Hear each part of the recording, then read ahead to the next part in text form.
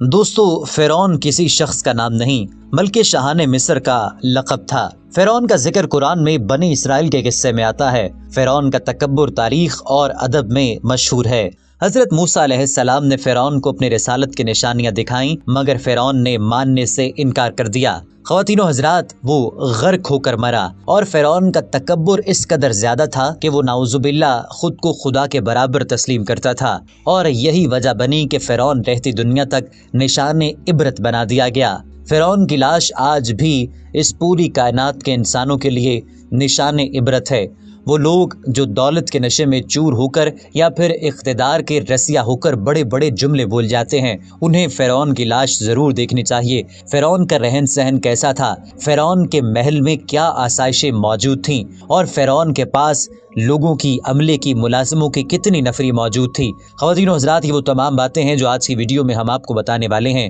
اور اپنے تمام دیکھنے، سننے اور چاہنے والوں سے گزارش کرنا چاہیں گے، اگر ٹائم لائن پر نئے ہیں اور ابھی تک ہمارے چینل کو سبسکرائب نہیں کر پائے تو برائے مہربانی ریڈ سبسکرپشن بٹن کو پریس کیجئے اور اس کے ساتھ بنے ہوئے بیل آئیکن یعنی گھنٹی کے نشان کو بھی دبا دیں، تاکہ مستقبل میں اپلوڈ ہونے والی ہماری تمام اہم معلوماتی اور مفید ویڈیوز آپ کو بذریعہ نوٹیفیکیشن بآسانی ملتی رہیں۔ تو دوستو، انسان کروڑوں سال سے اس زمین پر آباد ہے، لیکن عجائب گھروں کی تاریخ کتنی پرانی ہے، اس بارے میں ابھی تک کوئی حتمی رائے قائم نہیں کی جا سکی، اور نہ ہی یہ کہ سب سے پہلا عجائب گھر کب اور کہاں بنایا گیا تھا۔ جن قدیم ترین عجائب گھروں کے آثار ملے، ان کا تعلق بابل، مصر، چین، یونان اور سندھ وغیرہ سے ہے۔ صرف 5000 سال پرانی تہذیبوں کے اب تک آثار ملے ہیں، یعنی ہم اپنی تاریخ کو صرف 5000 سال سے جانتے ہیں۔ اس بارے میں بھی ہم مکمل طور پر نہیں جانتے، البتہ عجائب گھروں میں ہمارا ماضی محفوظ ہے۔ آپ کبھی کسی عجائب گھر جائیں تو وہاں آپ کو سکون ملے گا اور اس کے ساتھ عبرت بھی حاصل ہوگی۔ دوستو، عجائب گھروں کو دیکھنے کا مقصد سیر و تفریح نہیں بلکہ عبرت حاصل ہونا چاہیے،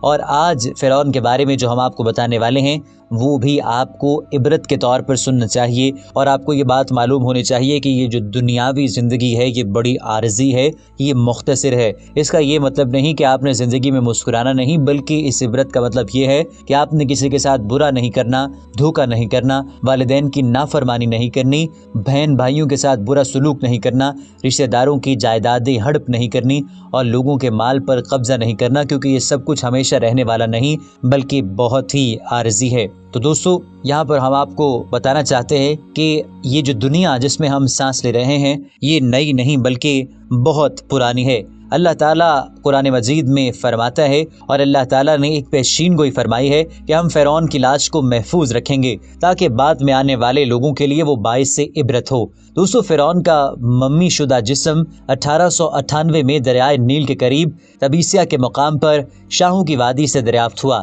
جہاں سے اس کو قاہرہ منتقل کر دیا گیا۔ اور دوستو، ایلیٹ سمتھ نے 8 جولائی 1907 کو اس کے جسم سے غلافوں کو اتارا تو اس کی لاش پر نمک کی ایک تہ جمی پائی گئی تھی، جو کھارے پانی میں اس کی غرقابی کی ایک کھلی علامت تھی۔ اور دوستو، اس نے اس عمل کا تفصیلی تذکرہ اور جسم کے جائزے کا حال اپنی کتاب شاہی بمیاں، جو کہ 1912 میں شائع ہوئی، اس میں درج کیا ہے۔ اس وقت یہ ممی محفوظ رکھنے کے لیے تسلی بخش حالت میں تھی، حالانکہ اس کے کئی حصے شکستہ ہو چکے تھے، اور اس وقت سے ممی قاہرہ کے عجائب گھر میں سیاحوں کے لیے سجی ہوئی ہے۔ دوستو، یہ تو تھا قاہرہ کا عجائب گھر، جو اسلامی تہذیب کا سب سے بڑا میوزیم ہے۔ اس عجائب گھر میں کعبۃ اللہ کی سونے کی ایک کنجی، قدیم ترین اسلامی دینار جو سن 697 عیسوی سے تعلق رکھتا ہے، اور قرآن گیلری میں قرآن مجید کے کریم قلمی نسخے، عثمانی دور کے ظروف اور ماضی میں فلکیات، کیمیا اور فن تعمیر کی تدریس و تجربات میں استعمال ہونے والے قدیم آلات شامل ہیں۔ دوستو، یہاں پر یہ بات قابل غور ہے کہ عجائب گھر کی عمارت 1903 میں تعمیر کی گئی تھی، اور یہ قاہرہ کے وسط میں واقع ہے۔ اسی طرح مدینہ منورہ میں خصوصی عجائب گھر قائم کر دیا گیا۔ یہ 500 مربع میٹر رقبے پر ہے، اور اس میں قدرتی مجسموں کے ذریعے اسلامی پیغام کی شروعات سے تعلق رکھنے والے قابل دید مقامات سے اس کو سجایا گیا ہے۔ یہ مدینہ منورہ کے عمرانی اور تمدنی تاریخ اور ورثے کا پہلا عجائب گھر ہے۔ اقوام متحدہ کے ادارے یونیسکو کے تعاون سے 1946 میں قائم ہونے والے دنیا بھر کے عجائب خانوں کی تنظیم انٹرنیشنل کونسل آف میوزیم نے مئی 1977 میں ماسکو میں ہونے والے اجلاس میں 1978 سے ہر سال 18 مئی کو انٹرنیشنل میوزیم ڈے منانے کا فیصلہ کیا تھا۔ دوستو، یہ تو بات ہو گئی عجائب گھروں کی، کچھ بات کر لیتے ہیں فرعون کے گھر کی، اور فرعون کا گھر کیسا تھا، اس کے گھر کے اندر کیا کیا آسائشیں موجود تھیں، اس پر ہم اب تفصیلی ذکر کرتے ہیں اور اپنے ناظرین کو بتاتے ہیں۔ ویڈیو کو لائک کرنے کے ساتھ ساتھ اپنے دوستوں کے ساتھ شیئر بھی لازمی طور پر کیجیے۔ دوستو، فرعونوں نے مصر پر 3300 سال تک حکومت کی ہے اور تاریخ میں 33 فرعون گزرے ہیں اور ہر فرعون کو تقریباً 100 سال تک اقتدار ملا تھا۔ حضرت موسیٰ علیہ السلام کے ساتھ آخری فرعون کا مقابلہ ہوا، یہ پانی میں ڈوبا اور اس کے ساتھ ہی فرعونوں کا اقتدار بھی ڈوب گیا۔ خواتین و حضرات، فرعونوں کا اقتدار بڑا وسیع تھا اور مال و دولت، زیورات، ہیرے جواہرات کی کوئی کمی نہیں تھی، اور ان کے محل میں کام کرنے والی ان کی خادمائیں اور خادموں کی تعداد بھی درجنوں نہیں بلکہ سینکڑوں میں ہوا کرتی تھی۔ اور خواتین و حضرات، مال و دولت اور اقتدار کا ایسا غرور تھا، ایسا تکبر تھا کہ نعوذ باللہ ان میں سے فرعون جو تھے وہ خود کو خدا کے ساتھ بھی نعوذ باللہ شریک ٹھہرا دیتے تھے۔ اور یہ فرعون جس کا ذکر ہم کر رہے ہیں اس لیے غرق ہو کر مرا اور رہتی دنیا کے لیے یہ نشان عبرت کے طور پر ہمیشہ جانا جائے گا۔ خواتین و حضرات، یہ فرعون آخری تھا اور اس کے ڈوبتے ساتھ ہی فرعونوں کا اقتدار مکمل طور پر ختم ہو گیا۔ فرعون ختم ہو گئے اور ریت نے ان کے محلات کو ڈھانپ لیا اور یہ ریت کے چھوٹے بڑے ٹیلے بن گئے اور ان ٹیلوں کے ارد گرد لکسر کا شہر آباد ہو گیا۔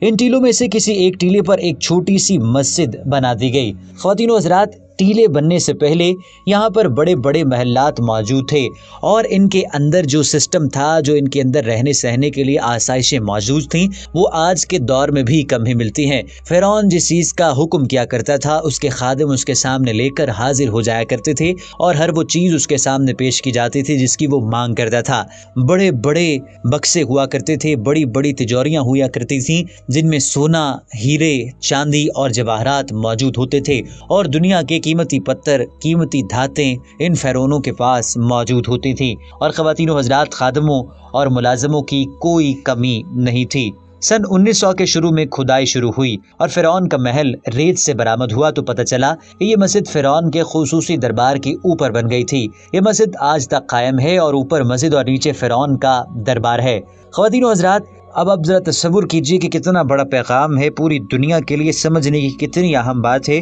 کہ جہاں پر فرعون کا کبھی محل ہوا کرتا تھا، جہاں پر وہ بڑے بڑے حکم صادر کیا کرتا تھا، من و مٹی تلے دب چکا ہے اور اس کے اوپر مسجد ہے اور اس کے ساتھ ہی فرعون کا محل آذان کی آواز سے گونجتا ہے۔ اور دوستو، آپ نے بہت سی اذانیں سنی ہیں اور آپ اللہ کرے ہمیشہ اذان سنیں، نماز کی پابندی کریں، لیکن ذرا تصور کیجئے کہ کبھی آپ کو اس مسجد کی اذان سننے کا موقع ملے تو اس میں کیسا سرور ہوگا اور اس میں کیسی مسرت ہوگی۔ یعنی وہ شخص جو غرور اور تکبر اور اقتدار کے نشے میں دھت تھا، ٹوٹا ہوا تھا اور بڑی بڑی باتیں، بڑے بڑے دعوے کر رہا تھا، اب وہ من و مٹی تلے دب چکا ہے اور من و مٹی تلے اس کی قبر ہے اور اس کے اوپر مسجد ہے جہاں پر آج بھی صرف ایک اللہ کا ذکر ہو رہا ہے۔ اور دوستو، اسی اللہ کا ذکر ہمیشہ ہوتا رہے گا اور خواتین و حضرات، یہ ذکر کبھی رک نہیں سکتا جب تک یہ کائنات قائم ہے، جب تک انسانوں کا وجود ہے، بلکہ قیامت کے بعد بھی اللہ تعالیٰ کی حمد و ثنا جاری رہے گی۔